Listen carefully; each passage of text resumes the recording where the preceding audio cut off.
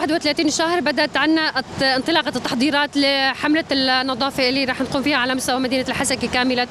طبعا العمل هذا راح يكون بالتنسيق مع بلدية الناحية الجنوبية كمان من خلال الآليات، وبالإضافة إلى الآليات الهندسية يعني تنطلق كلها مع العمال والورشات كلها تنطلق على المدينة كاملة للوعي. طبعا الحملة هاي قامت على بناء من خلال الاجتماعات اللي صارت من الكومينات، من خلال الاجتماعات اللي صارت بالكومينات يعني الآراء اللي صارت وانطرحت، فقلنا البلدية راح تقوم بها الحملة هاي كمان من خلال طبعا ب2 بالشهر راح تبدأ بالانطلاقة الرسمية لها من خلال الفعاليات والكومينات والمؤسسات كلها كاملة.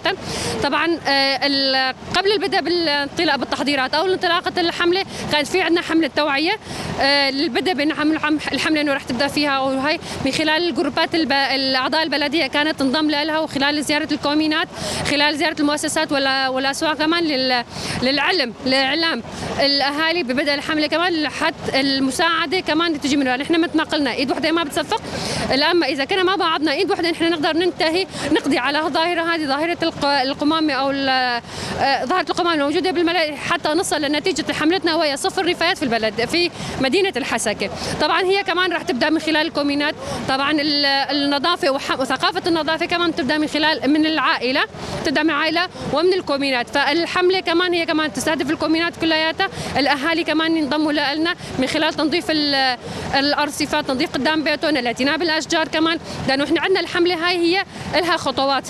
يعني الخطوه الاولى بدانا بالتوعيه، الثانيه هلا نبدا بمرحله النظافه، وهي بالاضافه الى زرع ثقافه النظافه موجوده، وفي لها كمان حملات اخرى لحد نصل لنتيجه 0 رفايات في مدينه الحسكه.